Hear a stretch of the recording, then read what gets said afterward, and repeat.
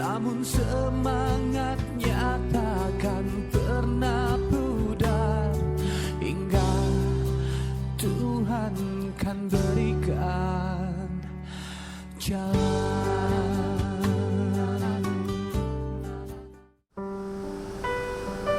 Keindahan pantai dan hijau pegunungan seolah berpadu serasi membentuk Kabupaten Pacitan, sebuah wilayah subur di sebelah timur Pulau Jawa. Hamparan kebun kacang tanah yang tengah memasuki masa panen di Dusun Petung, Kecamatan Donorojo ini menjadi buktinya. Salah satu hasil bumi penting yang menjadi sandaran sebagian besar masyarakatnya. Waginem adalah salah satu dari sekian banyak warga di sini yang hidupnya bergantung pada butiran kacang.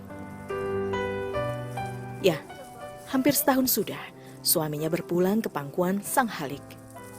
Semenjak itulah ia dituntut untuk jeli dalam mencari rezeki demi kesejahteraan keempat malaikat kecilnya.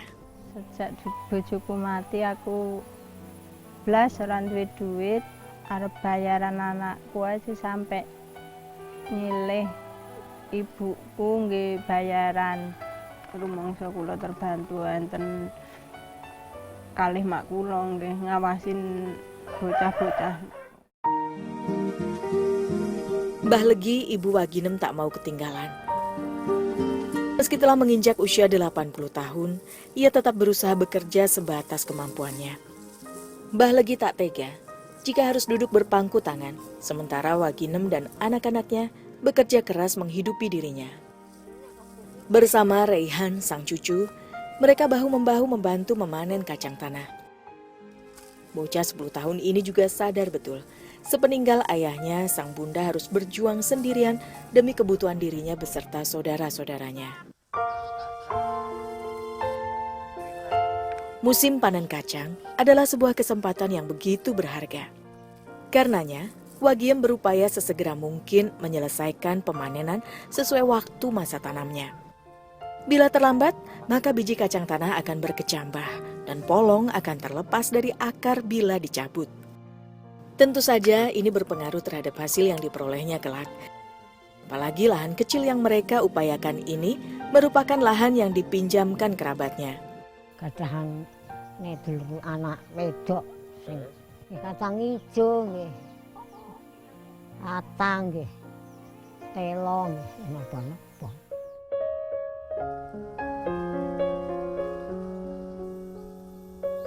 Umumnya, para pengepul hanya akan menerima kacang yang sudah bersih saja. Karenanya, usai dipanen, kacang harus langsung dipisahkan dari tanamannya, atau yang dalam istilah Jawa disebut dipritili. Nantinya sisa daun dan batang tanaman kacang ini juga bisa dimanfaatkan kembali sebagai pakan kambing Mbah Legi.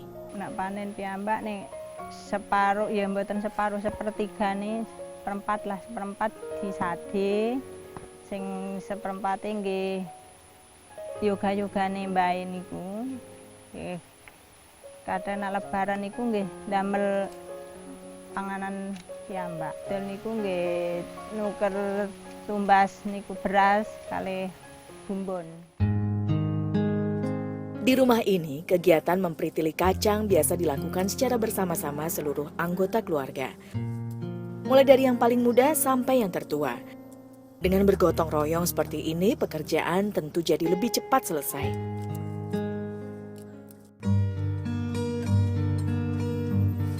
Sebelum dijual ke pengepul, kacang hasil peritilan harus dijemur terlebih dulu.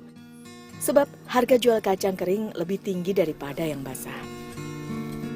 Pengeringan juga harus dilakukan dengan seksama agar kacang bisa kering sempurna. Kacang yang kurang kering sangat rentan terhadap jamur yang tidak hanya menurunkan mutu tetapi juga berbahaya bagi kesehatan.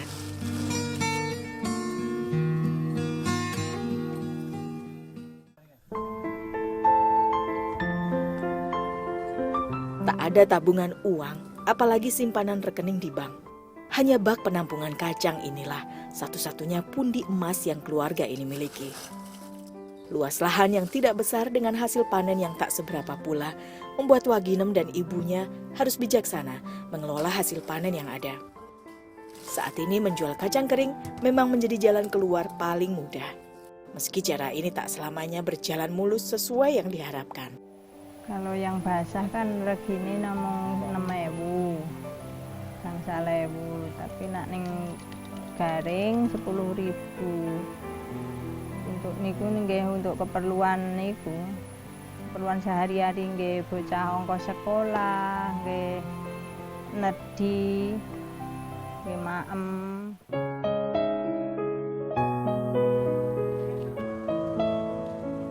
Cara disuntake iki judak tuku kacang. Bu atur kacang niki Bu garing. Garing. Nggih. Sebagai satu-satunya orang yang paling bisa diandalkan, telah mencambuk Waginem untuk tidak menyerah pada keadaan.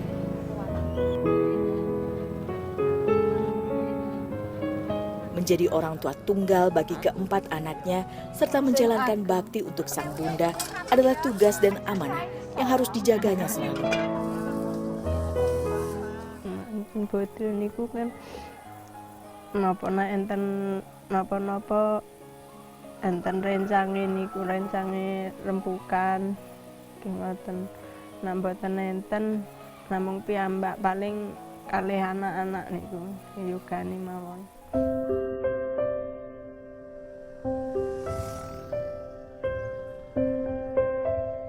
Meski lelah belum berangsur sirna dari tubuhnya, Waginem tetap merentang segala peluang demi taraf hidup keluarganya. Salah satunya adalah aktif mengikuti pelatihan pembinaan kesejahteraan keluarga atau dikenal dengan istilah PKK. Setidaknya dari sini ia berharap ada bekal keterampilan yang bisa ia serap untuk peluang usahanya suatu hari nanti. Kacang telur menjadi olahan makanan yang dibuat kali ini. Jenis bahan dasar yang dipilih adalah kacang tanah yang berwarna putih. Tujuannya tak lain agar warna kacang telur nantinya tetap cerah, tidak menjadi gelap. Adonan pelapis kacang sendiri dibuat dari campuran telur dan gula pasir. Keduanya diaduk hingga gula larut dengan sempurna. Hal ini penting agar adonan yang dihasilkan nantinya tidak menggumpal. Setelah itu barulah kacang dicampurkan ke dalamnya dan diaduk hingga merata ke seluruh bagian. Tak lupa garam ditambahkan secukupnya untuk menambahkan cita rasa adonan.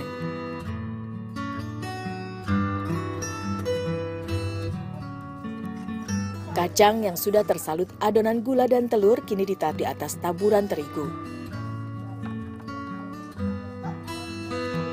Setelah dipastikan tidak ada kacang yang saling menempel, terigu kembali ditaburkan hingga menutupi seluruh bagian atas kacang.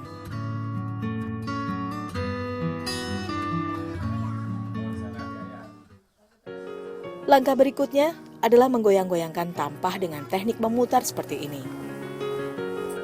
Dengan cara ini terigu bisa melapisi seluruh sisi kacang dengan merata, tidak terlalu menggumpal ataupun tebal. Tahap akhir, adonan kacang kemudian digoreng dengan minyak yang benar-benar panas. Minyak yang digunakan juga dalam jumlah yang cukup banyak untuk merendam keseluruhan kacang. Cara ini bertujuan agar diperoleh kacang telur yang renyah. Perubahan warna menjadi sedikit kecoklatan, pertanda kacang telur sudah matang dan siap untuk diangkat. Meski tidak menggunakan bahan pengawet, kacang telur ini masih sanggup bertahan hingga 3 bulan lamanya. Selain kacang telur, pembuatan rempeyek juga turut menjadi agenda pelatihan di sini.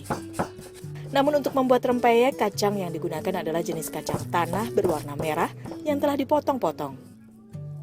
Mula-mula bumbu berupa ketumbar, garam, dan juga kencur diulek hingga setengah halus. Kemudian ditambahkan kemiri dan digiling kembali sampai halus sempurna. Sebagai penambah rasa gurih, bumbu yang sudah halus lalu diberi santan. Daun jeruk purut juga digunakan untuk memunculkan aroma yang khas pada peyek. Tahap pengadonan diakhiri dengan penambahan tepung beras, lalu diaduk sampai semua bahan tercampur rata. Yang terpenting, adonan jangan sampai terlalu kental ataupun cair. Terakhir, potongan kacang dicampurkan ke dalamnya. Berbeda dengan kacang telur, menggoreng rempeyek di sini dilakukan dengan 2 tahapan. Tahapan pertama dilakukan hingga rempeyek menjadi setengah matang.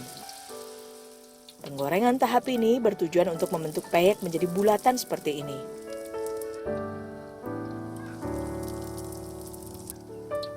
Dan setelah seluruh adonan tergoreng, barulah penggorengan tahap kedua dilakukan. Tahapan kedua inilah yang akan membuat rempeyek menjadi renyah. Namun proses penggorengan tahap kedua ini tidak bisa dilakukan terlalu lama agar rempeyek tidak gosong.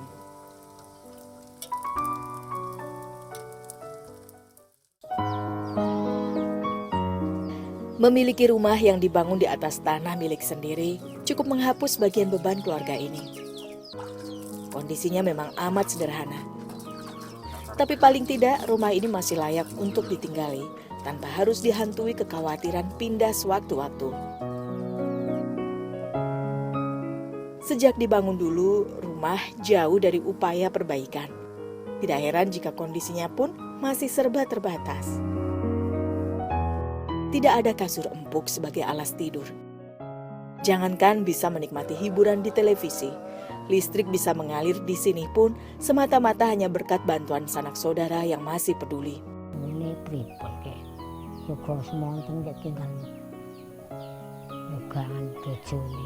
Rukun sapa nek ora tinggal nang kene ngarep rukun sapa? Lares semonten ke aku ki.